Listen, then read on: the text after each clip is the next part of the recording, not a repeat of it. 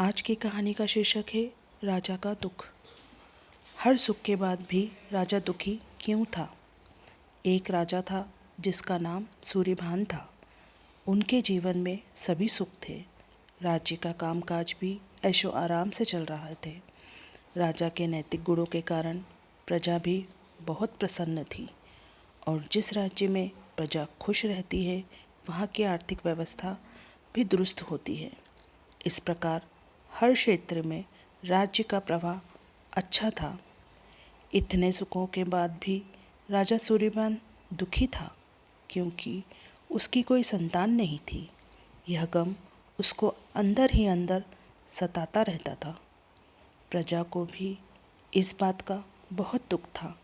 वर्षों के बाद राजा सूर्यभान की यह मुराद पूरी हुई और उसे एक पुत्र की प्राप्ति हुई। पूरे नगर में कई दिनों तक जश्न मना। नागरिकों को राजमहल में दावत दी गई। राजा सूर्यभान की इस खुशी में प्रजा भी झूम रही थी।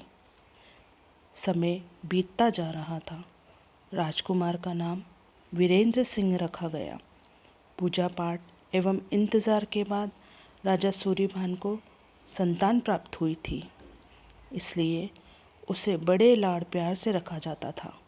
लेकिन अति किसी बात की अच्छी नहीं होती।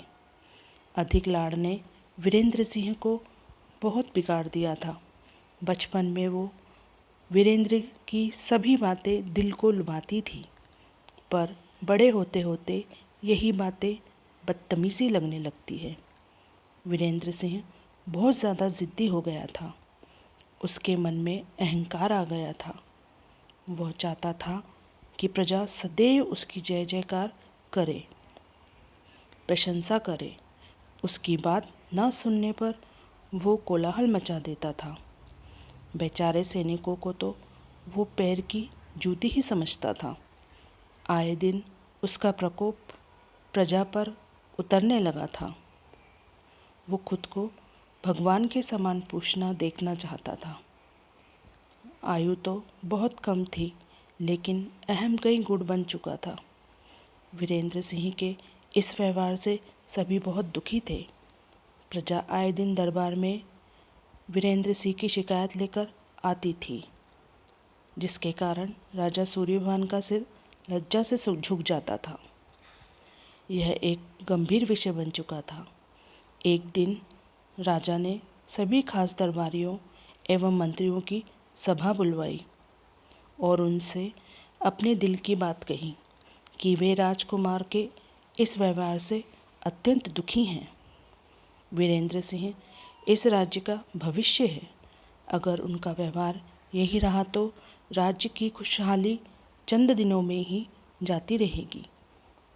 दरबारी सूर्यभान को संतावना देते हैं और कहते हैं कि आप हिम्मत रखें, वरना प्रजा निसहाय हो जाएगी। मंत्री ने सुझाव दिया कि वीरेंद्र सिंह को एक उचित मार्गदर्शन एवं सामान्य जीवन के अनुभव की ज़रूरत है। आप उन्हें गुरु मधुरगुप्त के आश्रम भेज दीजिए।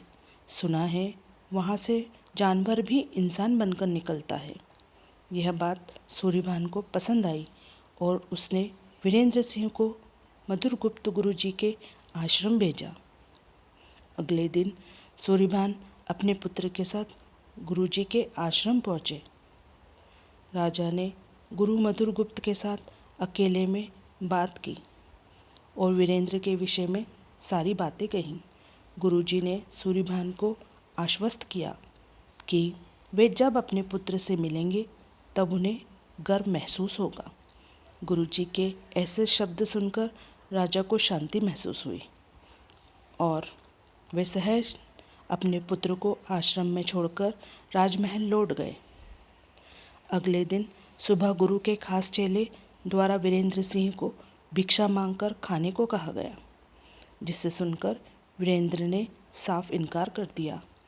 चेले ने उसे कह दिया कि अगर पेट भरना है तो भिक्षा मांगनी होगी और भिक्षा का समय शाम तक ही है, अन्यथा भूखा रहना पड़ेगा।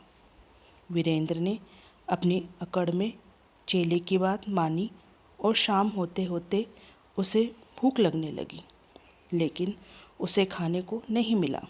दूसरे दिन उसने भिक्षा मांगना शुरू किया। शुरुआत में उसके के कारण उसे कोई भिक्षा नहीं देता था, लेकिन गुरुकुल में सभी के साथ बैठने पर उसे आधा पेट भोजन मिल जाता था। धीरे धीरे उसे मीठे बोल का महत्व समझ आया और करीब 1 महीने बाद वीरेंद्र को भरपेट भोजन मिला, जिसके बाद उसके व्यवहार में बहुत से परिवर्तन आए। इसी तरह गुरुकुल के सभी नियमों ने राजकुमार में बहुत से परिवर्तन किए, जिसे मधुरगुप्त जी भी समझ रहे थे। एक दिन मधुरगुप्त जी ने वीरेंद्र को अपने साथ सुबह सवेरे सैर पर चलने के लिए कहा। दोनों सैर पर निकल गए। रास्ते पर बहुत बातें हुई। गुरुजी ने वीरेंद्र से कहा कि तुम बहुत बुद्धिमान हो और तुम में बहुत अधिक ऊर्जा है, जिसका तुम्हें सही दिशा में उपयोग करना चाहिए। दोनों चलते चलते एक सुंदर बाग में पहुंच गए, जहां बहुत सुंदर सुंदर फूल थे, जिनसे बाग महक रहा था। गुरुजी ने वीरेंद्र को बाग से पूजा के लिए गुलाब के फूल तोड़ने को कहा। वीरेंद्र झट से सुंदर सुंदर गुलाब के फूल तोड़ कर लाया और अपने गुरु के सामने रख दिए। अब गुरुजी ने उसे नीम के पत्ते तोड़कर लाने को कहा। वीरेंद्र वो भी ले आया। अब गुरुजी ने उसे एक गुलाब सूंघने को दिया और कहा, बताओ कैसा लगता है। वीरेंद्र ने गुलाब सूंघा और गुलाब की बहुत तारीफ की। फिर गुरुजी ने उसे नीम के पत्ते चखकर उसके बारे में कहने को कहा। जैसे ही वीरेंद्र ने नीम के पत्ते खाए, उसका मुंह कड़वा हो गया और उसने उसकी बहुत निंदा की और जतर कतर पीने का पानी ढूंढने लगा। वीरेंद्र की यह दशा देख गुरुजी मुस्कुरा रहे थे। पानी पीने के बाद वीरेंद्र को राहत मिली। फिर उसने गुरुजी से हंसने का कारण पूछा। तब गुरुजी ने उससे कहा कि जब तुमने गुलाब का फूल सूंघा तो तुम्हें उसकी खुशबू बहुत अच्छी लगी और तुमने उसकी तारीफ की, लेकिन जब तुमने नीम की पत्तियां खाई तो तुम्हें वो कड़वी लगी और तुमने उसे थूक दिया और उसकी निंदा भी की। गुरुजी से वीरेंद्र को समझाया कि जिस प्रकार तुम्हें जो अच्छा लगता है तुम उसकी तारीफ करते हो, उसी प्रकार प्रजा भी जिसमें गुण होते हैं उसकी प्रशंसा करती है। अगर तुम उनके साथ दुर्व्यवहार करोगे और उनसे प्रशंसा की उम्मीद करोगे तो वे यह कभी दिल से नहीं कर पाएंगे। इस प्रकार जहाँ गुण होते हैं वहाँ प्रशंसा होती है। वीरेंद्र को सभी बातें विस्तार से समझ आ जाती है और वो अपने महल लौट जाता है। वीरेंद्र सिंह में बहुत परिवर्तन आता है और वो बाद में एक सफल राजा बनता है।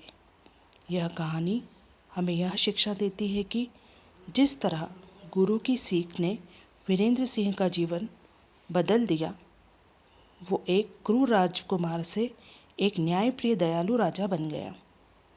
इस कहानी से हमें यही शिक्षा मिलती है कि हम में गुण होंगे तो लोग हमें हमेशा पसंद करेंगे, लेकिन अगर हम अवगुणी होंगे तो हमें प्रशंसा कभी नहीं मिल सकती।